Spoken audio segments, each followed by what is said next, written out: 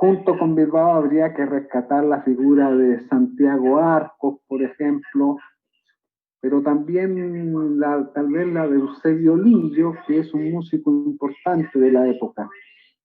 Claramente es novedoso ese acercamiento de Bilbao al mundo artesanal, ¿ya? Es como colocar al mundo obrero como un sujeto protagónico políticamente en la historia. Después, en torno a lo que dice Herman, en torno a la relación de Bilbao y Costa Rica, creo que es parte de una relación que existe incluso en la actualidad entre pensadores que se destacan por su tradición, digamos, socialista y que han sido bien valorados en Costa Rica. Quisiera señalar el caso de Elio Gallardo, por ejemplo, que está establecido allá en Costa Rica. Lo que quisiera rescatar distinto es que recuperar la figura de Bilbao nos lleva a cambiar un poco la imagen de la producción del pensamiento filosófico chileno, que más bien era conocido por lo que había divulgado Leopoldo Sea en torno al positivismo de los hermanos Lagarrigue.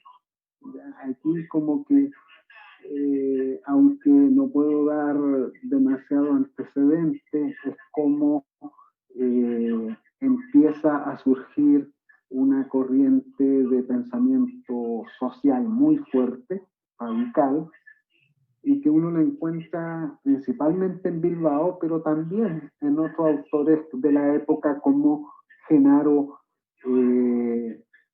Abasolo. ¿Ya? Entonces es relevante rescatar este elemento frente a la publicidad que ha tenido el positivismo chileno. Y bueno, así al voleo comentar también que en Bilbao, como señalaba Rubén en González Prada, hay también una presencia de valorización, por eso de lo que el maestro Hugo ha llamado el juvenilismo.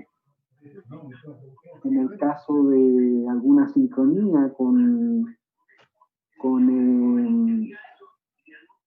Martí, en Bilbao también hay algunas críticas al marxismo, ¿no? La vertiente social claramente iría más por el socialismo utópico en el caso de Bilbao. Luego, en torno a la relación tal vez que podría haber entre Bilbao y Rodríguez, y entre medio por ahí algunas temáticas que pudieron llegar de Rodríguez a Bolívar, por un interés previo o por un conocimiento previo tal vez de Rodríguez del mundo indígena chileno. Tengo que, también ahí son ideas difusas, ¿no?, que habría que investigar. Pero en la Carta de Jamaica es paradigmático cuando Bolívar, que está recomendando la creación de las repúblicas en América, dice que en el mundo araucano es mejor dejarlo en su situación social y política ya desarrollada. Como que ahí no recomienda las repúblicas, porque encuentra que hay una forma de organización política legítima. No sé si esas ideas de Bolívar también tendrán que ver con algún conocimiento previo que tenga Rodríguez del mundo indio en Chile. Yo lo que he leído de textos de Rodríguez en Chile no he encontrado esos datos, ¿no? He encontrado otros datos, como por ejemplo cuando Bolívar escribe sobre la reconstrucción del terremoto de Concepción. ¿Ya? Bueno, ahí dejo algunas cosas como planteadas para la conversa. Gracias. Correcto. Okay. Muchísimas gracias, José. Nos salvaste y salvaste a Alex, ¿no? Bueno, entonces, pasamos con Pablo Guadarrama. ¿Ya me escuchan? Sí. Ante una pregunta tan metafísica como qué pensaría José Martí, ¿no?, sobre los gobiernos populares, no puedo dar una respuesta tampoco metafísica, tengo que dar una respuesta un poco positivista. Es decir, ¿qué pensaba Martí sobre los pueblos y la interacción entre los pueblos y sus líderes y sus hombres, ¿no? Entonces voy a aprovechar los 5 minutos que me corresponden para precisar algunas de las casi 300 reflexiones que dejó José Martí en sus 42 tomos, que no sé por qué escribió tanto, ¿no? De pensamiento sobre la interacción entre los seres, los líderes, los hombres y los pueblos. En primer lugar, porque creo que este espacio, más importante que digamos nosotros, lo que nosotros pensamos sobre los pensadores, ¿no?, de nuestra América, dejar que sean los propios pensadores los que nos expliquen, ¿no?, sus ideas filosóficas, y es lo que traté de hacer en el caso del análisis de las ideas filosóficas de José Martí durante mi intervención. Hay una cosa importante. Para Martí el concepto de pueblo tiene una implicación social, clasista, étnica, bueno, muy integral, ¿no? Es decir, no es para nada una perspectiva, ¿no?, elitista. Pero veamos algunas de esas reflexiones muy breve. Dice Martí: ¿tienen los pueblos como los hombres horas de heroica esperanza? ¿Cree hallar en sus héroes sublimados con el ejemplo unánime la fuerza y el amor que han de sacarlo de agonía? ¿O cuando la pureza continua de un alma esencial despierta a la hora misteriosa del deber las raíces del alma pública? O sea, en primer lugar, él ve la relación hombre-pueblo, líder-pueblo, una relación muy dialéctica, palabra que Martí va a utilizar también como fuente de contradicción. Y sigue diciendo: hay por suerte un equilibrio perpetuo tanto en la naturaleza de los pueblos como en la de los hombres. La fuerza de la pasión está contrapesada por la fuerza del interés. Un apetito insaciable de gloria lleva a los hombres al sacrificio y a la muerte, pero un instinto innato los lleva al ahorro y a la vida. La nación que descuida una de esas fuerzas muere. Hay que guiarlas juntas, cual la pareja de caballos en un carruaje. Y llama la atención que Martí en varias ocasiones hace referencia a los pueblos en el sentido de un caballo, en el sentido de cómo puede ser manejado, ¿no?, un caballo. Si dócilmente, simplemente para una exposición, ¿no?, luctuosa o festiva, o por el contrario, verlo en su dinamismo vital. Y él dice: las etapas de los pueblos no se cuentan por sus épocas de sometimiento infructuoso, sino por sus instantes de rebelión. Los hombres que ceden no son los que hacen a los pueblos, sino los que se rebelan. El déspota cede a quien se le encara con su única manera de ceder, que es desaparecer. No cede jamás a quien se humilla. A los que le desafían, respeta. Nunca a sus cómplices. Los pueblos, y escuchen, como las bestias, no son bellos cuando bien trajeados y rollizos sirven de cabalgadura al amo burlón, sino cuando de un vuelco altivo desencillan al amo. O sea, cuando se rebelan. Y hay una idea esencial que a mí me ha marcado durante toda mi vida, desde que comencé siendo un adolescente a estudiar las ideas de José Martí, que es la interacción entre el ser humano individual y su pueblo. José Martí le escribió a un amigo mexicano en una carta: nada hay de un hombre en sí que no haya puesto en él su pueblo. En vano concede la naturaleza cualidades privilegiadas de inteligencia si no se hacen carne y sangre de su pueblo. Si no, serán polvo, azote y escarnio.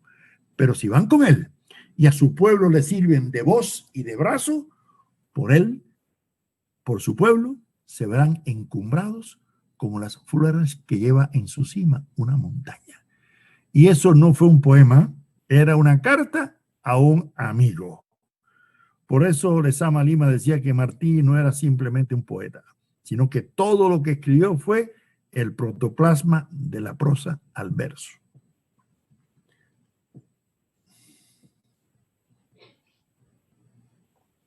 Qué bonito, Pablo, escuchar estas ideas y estas palabras, ¿no? de José Martí, de nuestros pensadores.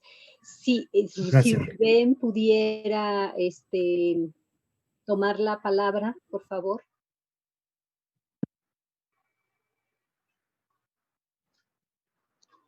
María, Rubén, voy a decirles dos preguntas más que le hacían también a Rubén. De Ciro Edizo Cornejo, ¿en qué medida lo andino se encuentra presente en González Prada o es que no lo está? Y de Orlando Villanueva, este es para todos, ¿cuál es la influencia de Max Steiner en el anarquismo individualista de América? Y bueno, recordarles que estaba la participación o la petición de Daniel Velasco sobre Bilbao y Antonio Ganzambite. Ya, voy a la pregunta que me han hecho. Bueno, lo andino es una construcción genérica, ¿no? No existe lo andino en sí mismo, sino a veces mucho dependiendo de la disciplina en la cual lo andino se interpreta o se codifica, y también en el caso de González Prada estamos ante una situación de movimientos indigenistas de fines del 19, por ejemplo, que reclamaban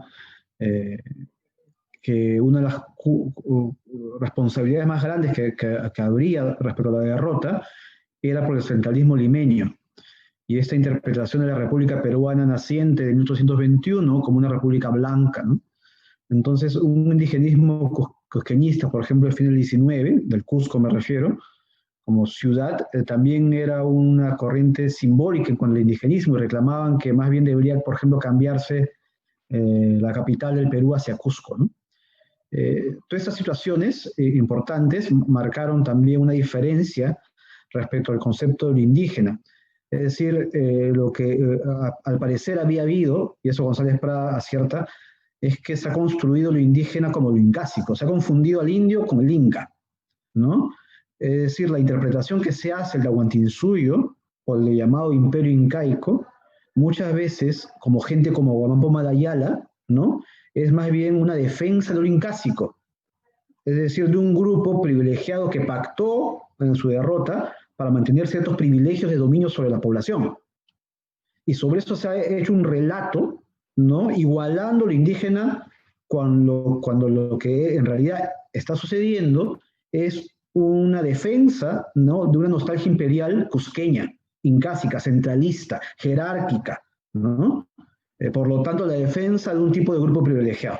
Entonces, eso no es lo indio, ¿ya? Este relato es importante mencionarlo porque justamente estos dos frentes indigenistas, que son la línea incásica imperial, que da las nostalgias de un pasado glorioso, utópico, etcétera, que en los años 20, por ejemplo, a un francés, Louis Boudin, se le ocurrió llamar el imperio socialista de los incas, donde la pobreza no existía y demás, ha creado una fractura, ¿no? Y el indio común y corriente, el indígena común y corriente, que es la masa oprimida, está oprimida o por los incas o está oprimida por quien sea, ¿no? Entonces, esa diferencia, ¿no?, de la defensa del indigenismo, ¿no?, es lo que compone justamente el debate a comienzos del siglo XX peruano.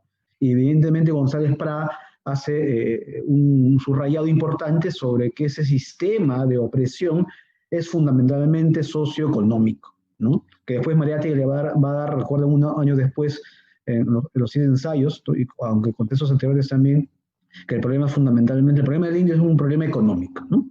Entonces tenemos esta situación, que este modelamiento de lírico, de sublimación de lo andino, ¿no? Que ha quedado incluso algunos estudiosos como si el pasado estuviera quieto, como si no se hubiera movido. Hay una romantización de lo indio, ¿no? Y en esta romantización está, por supuesto, la idea del incanato como una sociedad utópica, ¿no? Y aquella que más bien es el mundo real, ¿no? Una población subordinada, jerarquizada y marginalizada, ¿no? De ese modo lo tocó González Prada. Gracias por tu pregunta.